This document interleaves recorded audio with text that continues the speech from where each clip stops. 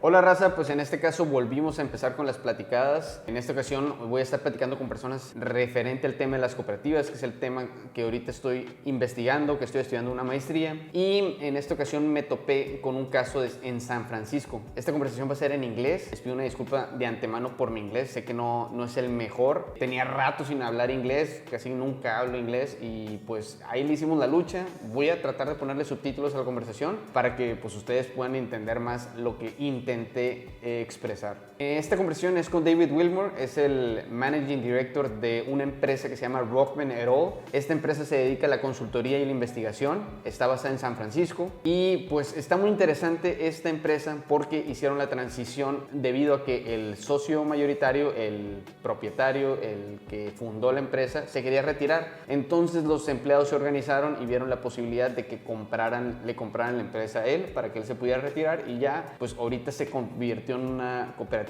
David nos platica su experiencia de cómo fue esta transición, cómo fue el plan, cómo lograron financiar esta operación y cómo ha sido su experiencia pues en cuestión cultural, organizacional dentro de la organización. Fue una plática muy interesante, espero les guste y ahí estamos pendientes, raza.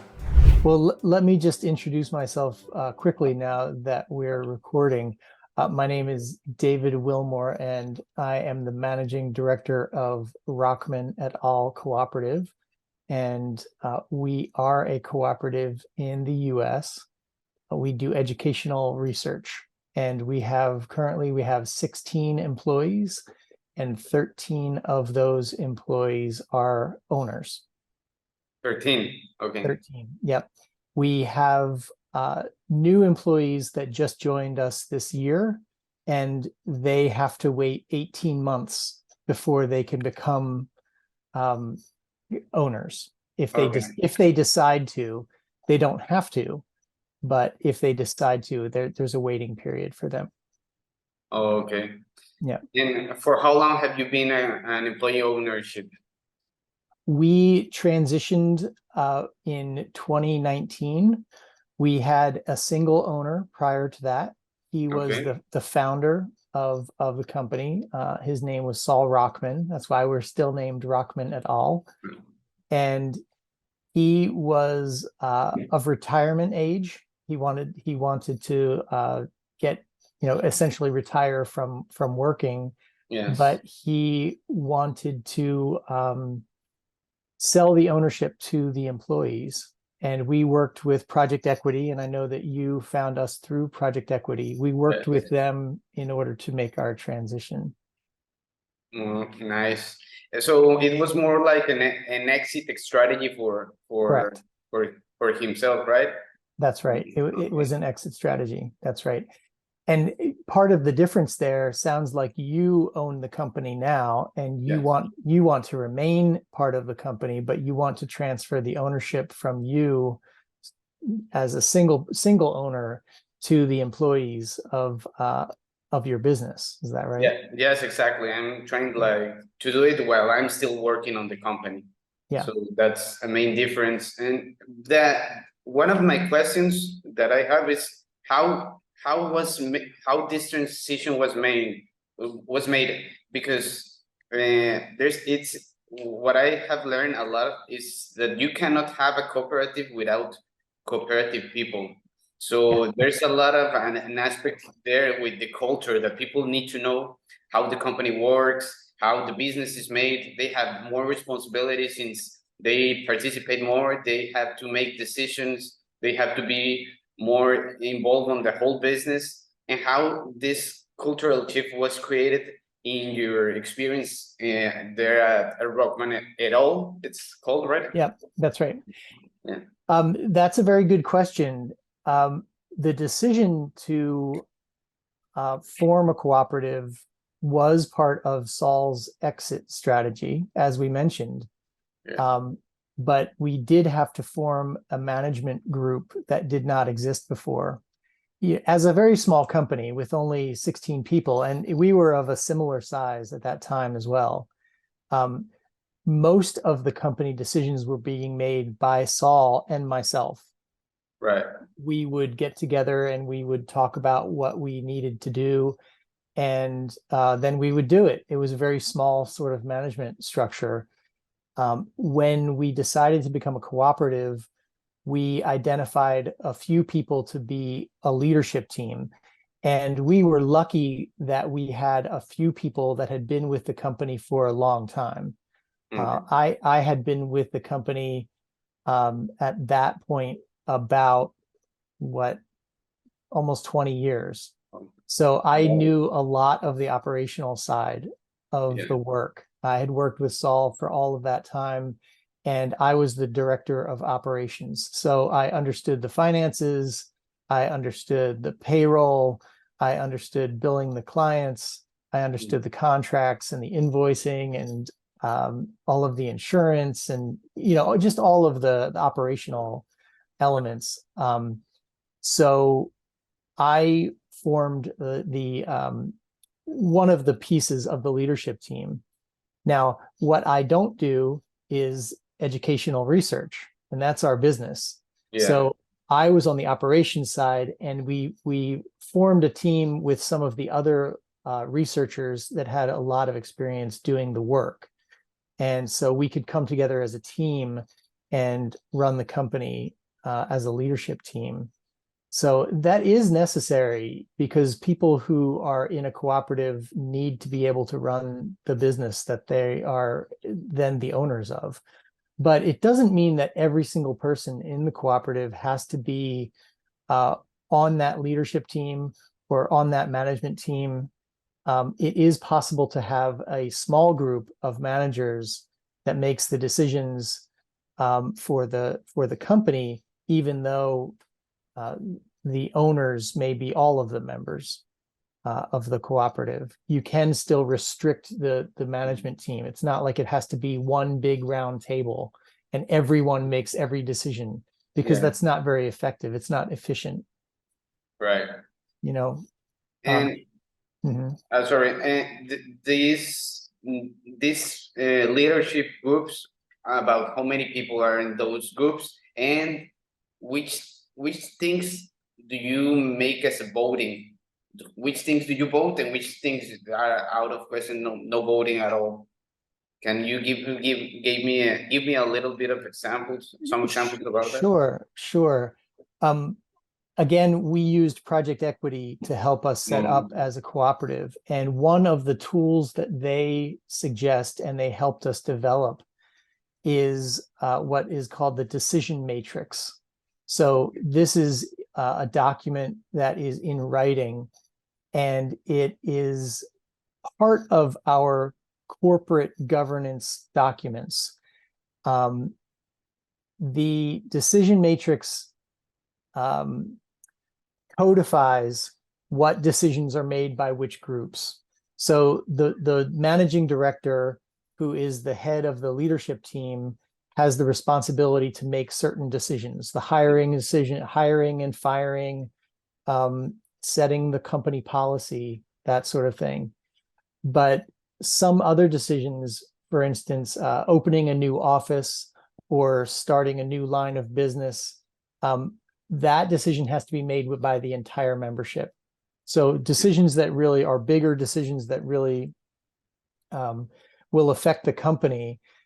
For instance, in 2000, because of COVID, our office lease ended. And so we started working as a distributed company. Everyone was working from home, basically. And now for us to go back and rent an office again, all of the members would have to agree that it is in the best interest of the cooperative. And we would have to have a vote where everyone takes that vote. That's not something that I can decide alone. But hiring a single new person, deciding, hey, we have enough work, we need one or two more people, I can make that decision and hire someone. Or if someone is not performing, or if there's an employee problem, I can let someone go. But when we come to setting the compensation policy, how people are paid at the company, we have to have that has to be voted on by the board of directors. They have to agree to that compensation policy. So this decision matrix really sets out the guidelines around who makes what decisions. And if someone is trying to make a decision that they should not be, other members will say, let's go look at the decision matrix. You can't make that decision by yourself. You can make the suggestion maybe, but you have to have this other group has to vote on that. So daily, regular operational items are not voted on by everyone. Again, that would just be too inefficient, right? That's too much time in too many meetings, and trying to get everyone to agree to everything is too hard. So those kinds of items generally can be just decided by the leadership team. But what we've discovered is that while we have the power to make those decisions, we have to be very careful about communicating with everyone else. We have to let them know we're working on this. We have to let them know we've come up with a policy. We have to explain the thinking and the reasoning behind the policy, and then we can announce that we've made a decision. But if we try to do that without a lot of discussion, people feel like they're excluded, so I think the cooperative culture really matters. Even though you may have the power to make a particular decision, you still have to communicate a lot, maybe even a lot more than the typical CEO or the typical management group would. Okay. Yes, I think that's the main difference between like a regular company with a cooperative. Like, you have to take a lot of sides and communicate a lot, and I think that's the main challenge, because we in this business world, we are used to do it fast, take decision fast and do business as fast as possible. But sometimes, like, all these discussions and all this telling in which things you communicate, which things are not necessarily good for the business to communicate, because it just make it slower. Yeah. So thank you for this tool. I will look it up about the decision matrix. Is it public, that decision matrix? Like, is No, that's an example, or you create it by yourself? We created it using Project Equity had a template, and they had a number of questions that they asked us. How do you want to do this? Who should make this decision? And they talked us through a lot of those elements, and we created it using their template. Our decision matrix is not public. That's an internal document for us. But I wonder if Project Equity would be willing to provide you with an example. Okay. Well, I will ask, and I hope they can send me some information. I know another question. You told me that there were some employees that were new hires, and they were in this process to know if they will enter or not in the cooperative. How do you think is this challenge with these new people to adapt to this culture? Is it difficult in your experience? Or is it easy because everybody, like most of the employees, are co-owners, so it's very easy so they adapt easier? Or it has been a challenge, like, to show them how things are done at this cooperative model? I don't think that I would describe it as a challenge. I think it is a really good opportunity for new people to join a business, and in a very short period of time, 18 months is only a year and a half, to become an owner of that business. I mean, that's a fantastic opportunity. I don't think in this particular round for us that it made the difference for the people that we hired that we were a cooperative. They did not join us because we were a cooperative. They joined us because they do the kind of work that we needed them to do. They're educational researchers, and they do that work. But in the future, I would like to make our cooperative nature one of the selling points for new hires. I'd like to become known for being the educational research firm that is a cooperative where you can be an owner, because I think that's really unique for the kind of firm that we are. You know, we're a professional services firm. A lot of the cooperatives are in different industries. You know, they are in other kinds of service industries or grocery stores. But a professional services firm like ours, it's a little bit unique. And I would like to use that as a selling point.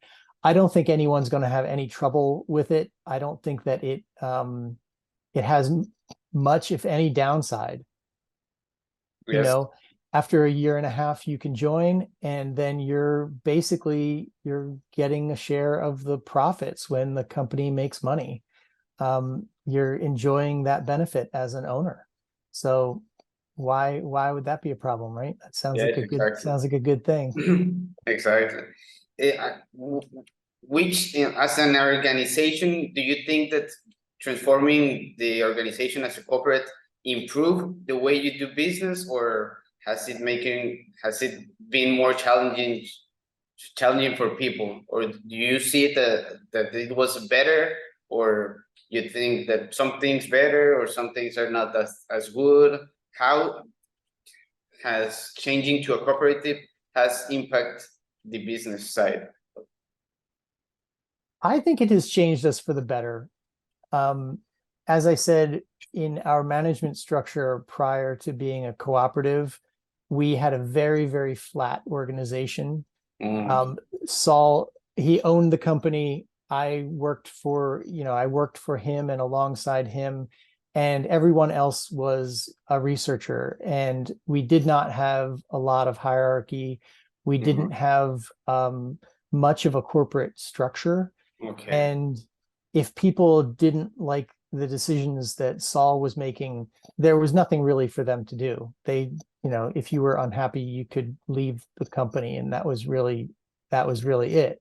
Now there's a lot of feedback. You as a member could join the board of directors, and you could be part of the process that handles the managing director's evaluation. You know, each year we started having an evaluation period for the managing director and asking, what are your goals? Are you meeting those goals? You know, are people happy with the work that you're doing? Are you putting enough energy in this place or this place? And that's feedback you can give to the managing director. And if the managing director still is not doing what you want them to do, as a board, you could replace that managing director. You could say someone else gets a turn to be the managing director and let them do something better. So you could put someone else in that has a different vision. I think that gives people some power. Now we haven't made those changes. We haven't replaced the managing director. I've been in that position now for those 4 years that we've been a cooperative. But I think people have more say in what we do, and then they benefit financially from our success. You know, we've been lucky to be profitable in those 4 years, and people have seen what's called patronage, which is the sharing of profits in a cooperative. They've seen some patronage payments over and above the normal wages that they earn, which, that's great. Great benefit. Yeah. I think we move a little bit slower, probably, as you sort of mentioned as well. It's not that we can make decisions and move fast as a business. You know, I think in order to move things forward, we have to do a lot of cooperating and talking and discussing to make sure that people are happy with the direction that we're going. But, businesses make different kinds of decisions. Some of those decisions are about the work that you do, and some of the decisions are about the company that you're running and your internal policies and, your HR and, your payroll and how you do compensation and those sort of things. It's possible to empower the employees to make those quick decisions with regards to the work, right? And still make slower decisions with regards to the company. And I think that's where co-ops tend to go. Okay. You also mentioned me that there were like some some steps that you made to create this cooperative. Like, can you explain me like the way you finance the money to buy the company and to get it to the employees? How I didn't understand it that much. So can you explain me a little bit how this transition was made? So Sure. And got the exit, I guess. yeah, absolutely. This is one place where I don't know if it would be different in Mexico, because you do have to rely on certain institutions. For instance, the way the money was essentially raised to facilitate the sale price of the company was through a CDFI, which is a community what is it? It's community development financial institution. It's kind of a bank that is set up. It's almost like a nonprofit bank. Okay. It's set up to help communities fund projects that are beneficial. So it's not a bank that is trying to maximize its own profit. It's a bank that's trying to help the communities that it's in. And there are a couple of lenders that were introduced to us by Project Equity. And one of them was a cooperative. The bank itself was a cooperative. Okay. And the other one is a CDFI in a nearby town here in Oakland. And they were willing to give us a loan without having a personal guarantor of that loan. So, I'm the managing director, but I didn't have to put my house up as collateral. And it's very important in a cooperative that one person or two people don't take all the risk, that the company as a whole takes the risk, that everyone is sort of equal in terms of the risk that they take, because everyone is equal in terms of the reward that they get. Exactly. Each member has one membership share. And so when you divide up the profits into patronage, everyone gets an equal amount of patronage if they worked an equal amount. Someone may be half-time or full-time or something like that, but everyone gets an equal amount if they're working full-time. But nobody has to put their house up for collateral or put the money on the table to make the deal work. We relied on this bank to do that, and the bank had to look at our financial past and our records and see that we were able as a company to pay back the loan that we took out. We actually had a two-part financial deal. The owner of the company self-financed half of the sale price. So he lent the company half of the money, and then we paid him back. And the bank lent us the other half, and we paid the bank back. So that also helped. But if you don't have a CDFI or a cooperative bank to go to, you could, I obviously have no idea what your financial situation is, if you're able to, make that loan agreement with the company and the company could pay you back. These are things that Project Equity would be able to help you with. But someone has to trust the co-op. Someone has to trust the co-op to believe that they will be able to pay that money back. Exactly. And we were lucky to have an organization that would do that. We actually had two. Our initial funding came from the cooperative bank, and after a short time, we realized we needed to switch to another bank because we needed a group to sponsor company credit cards, because we need to have, when people travel for research, they need to have a credit card. And the typical credit card companies would not work with the cooperative because they didn't get that personal guarantee, because no one is on the line. but this CDFI was willing to do the credit cards as long as we also had our checking account with them, and we moved over the loan. So we moved all of our banking to the CDFI, and that was enough for them to develop a relationship with us and allow for that loan to get transferred over. Oh, okay. And in the US, say, or in the state of California, do you have any tax benefits for being a cooperative, or there are none? You do actually.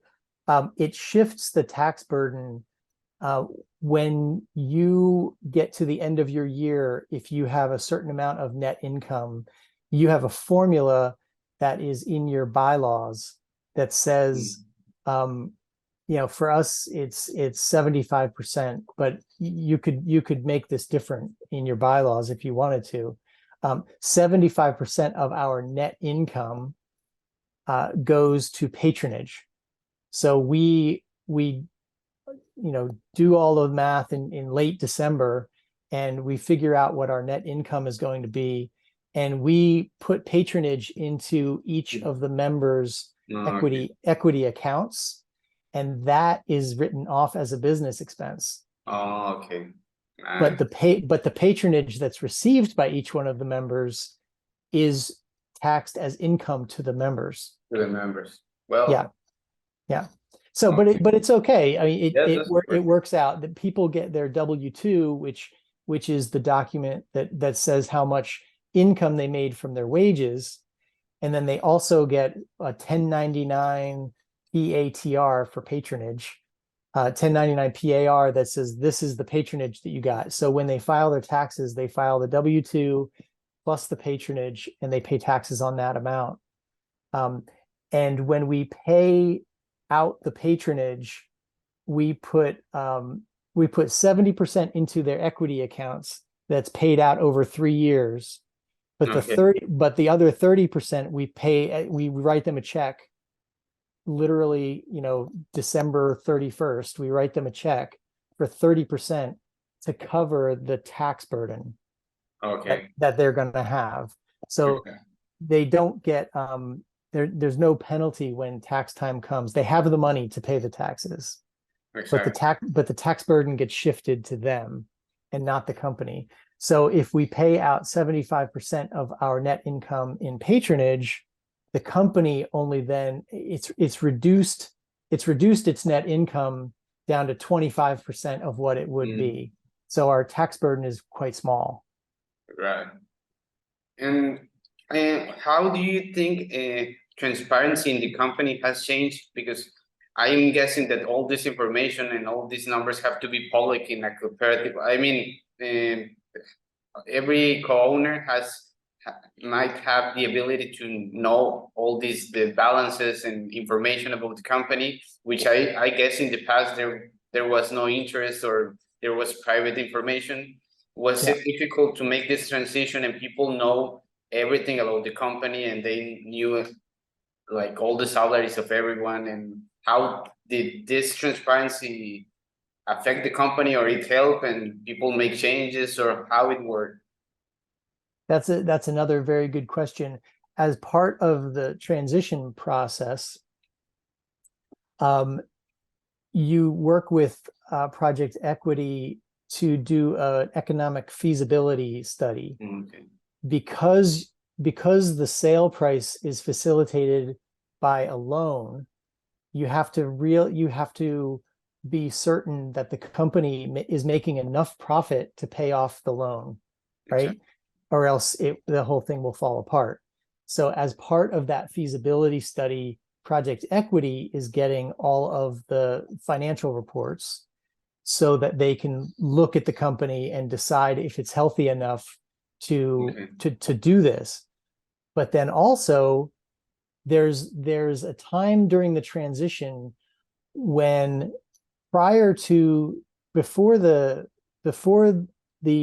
feasibility study, the transition to being a co-op for us was confidential. We didn't tell the employees, hey, we're doing this thing, we think we're going to do this thing, because we weren't sure if it was going to work or not.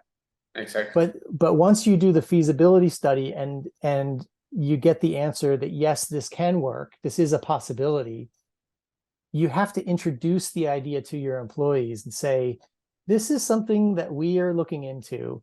We've done the feasibility study and it looks like we do make enough money. This is possible for us to do. And then you have to open up the books to the employees, because those employees are going to decide whether or not they want to be the owners, whether or not they want to form a cooperative. So they have to be able to see the books. They have to be able to see the reports, the financial reports, because no one is going to want to be the owner of a company if they don't know if the company is making money or not. You don't want to be the part of a company that is struggling or financially insolvent. So the basic economic reports, like the income statement and the balance sheet, the employees get to see those. They get to see, oh, this company, this is how much we spend on this is how much we spend on that. And you start to introduce them to the financials so that they become more financially literate, so that they have a better understanding of what the financials are. And that helps them make the decision whether or not they want to become members or not. And that's part of the process of opening up to becoming more democratic in your bookkeeping. Right. The compensation piece is the other piece, because when you're showing your income statement, you can show this is how much we paid in wages last year, but it doesn't show who got how much. It doesn't show them the full breakdown. So in order to move into more democratic leadership and financial leadership, we've never fully shared the salaries for all of our workers. We've never said that, published them to everyone. This is what everybody makes. But what we did is we set a compensation policy. We used an outside group to come in, look at our job descriptions and titles, and do a study to give us salary bands. So for this title, you are a research assistant, or you are a research associate, or you are a senior research associate. They would give us a salary band from this, from this amount to this amount, from this amount to this amount. And we came up with a formula for how you are placed in that band. So maybe if you're a senior research associate, maybe the pricing is from 50,000 to 100,000. Well, not that wide, 50,000 to 75,000 a year.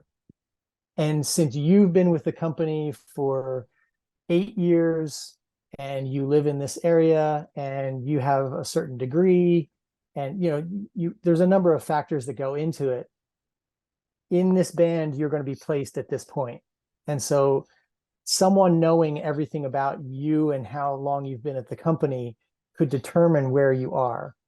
And then we have what we call a performance adjustment that allows us, if someone is performing very well or someone is struggling in their job, we can wiggle it a little bit. The management team can wiggle it a little bit. And we've been modestly successful with that, but the adjustment at the very end, which is only plus or minus 5%, so it could be 5% up, it could be 5% down, that is kept confidential. And we do that because we don't want our employees to compare themselves to others. We don't want, oh, you got a 5% bump and I got a 1% bump. Well, why? People could be unhappy about that. So our salaries, our end salaries, are still confidential, but the salary bands and the calculations for how you get placed in the band are known to everyone. And then the final little tweak is still confidential. So all of our books, the income statement and the balance sheets, anyone can see those anytime, and we publish those at our member meetings, twice a year, and at the start of every new month, we tell people where we are, in terms of our net income for the year and how much revenue we've made. And we have a budget, because we never worked with a formal budget before we were a cooperative. Through the banking process, they required us to have a formal budget, and so we started that process at that time. But that's been extremely helpful, is to have a formal budget. Obviously that's the best practice for any business, to have a formal budget. Exactly. But we didn't do that before, but we do now. And the budget allows you to set your financial priorities and your predictions for the coming year. And we do all of that out in the open. So, I have one other person that I work with on our finance team, pretty small team, but we put together a budget and we get input from the leadership team. We get input from all of the different committees in the company. And then we have to get a budget approved by the board of directors, which is also, made up of our members. But they get to ask us questions. Why are we, how did you do this revenue prediction? Or why are we spending money on this item? Or how come we're not doing this? And so it allows another round of questions and answers, and a lot more visibility into the company finances from the whole company during that budgeting process. Yes, as I can see, like being a cooperative made you a more disciplined company. Yes. It Yes. make it more like since there are more opinions, more questions to make, and more, which at the end I'm guessing that's a benefit for the company, because very much so. Very much so. You receive a lot of questions that you have never imagined, since you don't have all those opinions. That's so right. It's very interesting. Thank you very much for all this information, because I'm studying in the university and they show us a lot of theory and readings and companies, but learning this from a person who have lived this and who has the experience, who have made this transition, and I identify a lot, because we are a company of consultants as well, which is kind of professional consulting, stuff like that. So, and we are a small company. So we're not that. I identify a lot when you say a finance.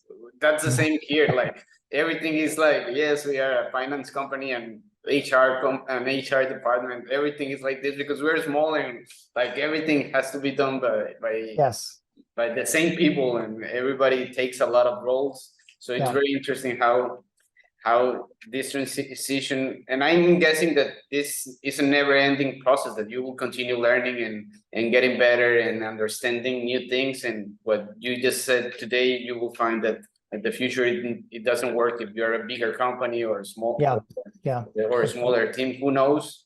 So thank you very much, David. And if you have any questions for me as well, like I can answer it. I don't know if I have been in the same process, or I can give any value to you, but I'm willing to. Well, I'm curious about you being the owner of this company and your desire to turn it into a cooperative. I know that you're studying cooperatives, and you probably appreciate what it means to be a cooperative. So your values, it seems like the cooperative company maybe lines up with your values, where everyone gets to have more input and share in the profit. But as the owner of a company, if you're the sole owner right now, what do you perceive as the benefits if you turn into a cooperative and now you have 7 owners and you're just one of them? First of all, I always try to question myself what is the right thing to do, and when I feel that something is right, I try to work toward that, and it doesn't matter. It is less important than me, the finance part, the ego part of me being the owner. I don't really care about all those things. What I care is that I found this model, which I think it's better than the me being the whole owner. It's not a better model than being a cooperative, since it's it's more fair. I don't know how to say. I've been reading a lot, and I think that it's fair, and it creates better societies.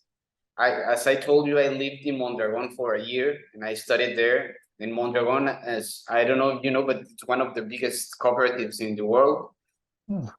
And everybody is an employee there in one of the cooperatives.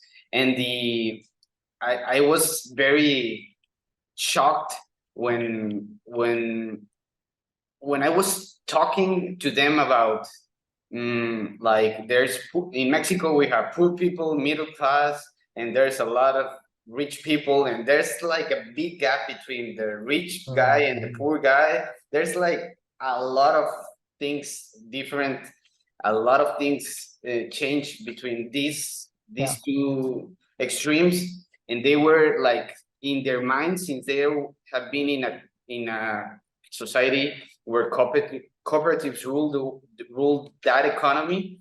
They, in their mind, it wasn't like, what? You have supermarkets for poor people? What are you talking about? Like, you have places where only poor people go, and you have places where rich people go? What do you mean? Like, they didn't understand. And I was like, why you don't understand that? Because in Mondragon Cooperative, like, one of the rules is like the CEO owns only 6 times more than the guy who cleans. So the gap between the I don't know how to say in English, like in the Spanish, clases sociales, social classes. I don't know. Yeah, sure. Social classes. They call it social classes, and it's not bigger. So I was like, the son of the CEO was in the same school with the son of the guy who cleans, and they share the same school, they share the same friends, they share the same perspective. I was like, it was a lot of shock to me. Like, kids were in the town running everywhere, like they go to the school whenever they want, they run to the park. The kids were like, it was a small town, like 30,000 people, but it was their home, the whole town, and they ran all over the town, and their parents weren't there, and everybody take care of everybody. Everybody knows everybody. Since they work together, they are in the same social class, they earn more or less the same. So for me, it was like, oh my God, this is something that we as a society need to promote. Like, there shouldn't be that much difference between us to create better societies. We need, like, everybody have the same dignity of life. So I think that my first step to promote something like this is to create my company as a cooperative. So this is my, like, the way I reason these things, which is a big challenge, because I also have financial, like, I don't have my financial life solved, but I'm trying to learn more about this process, to get a lot of opinions, to learn about a lot of cases around the world. So when I make the transition, make it the better way, and in a way that it could last for a longer time. That's the way I'm trying to see this process. And thank God I'm young, and I've just started this company. It's 6 years old, this company, so I have time to start making these adjustments, and I take it slow. Like, I need to learn more, and what I'm planning to do is, like, not making a transition like one day to another. It's like making the people more cooperative, trying to involve them more in the whole process of the company. Like, even though it's not an official thing, we do take democratic decisions, and we do those kind of exercise, even if it's not an official or thing or something. But I try to manage my company this way, even though it's not yet a cooperative. Sure, sure. Oh, that's great. That really sounds wonderful. Well, I wish you the best of luck in all of it, and feel free to reach out with questions, as you go. If other things come up, I'd love to be a sounding board for you. And I'm happy to share our experiences as well, as we continue to grow. Oh, And because you're right, it is an unfolding process. It's never quite finished, but I feel like we're better now than we were before, and we're trying to get better still. thank you very much, David. I really appreciate this conversation, and the same to you. Anything I can help you here, you have your home here in Sonora, Mexico. That's great. That's great. So, All right. so thank you very much, Okay. and I will stop recording here.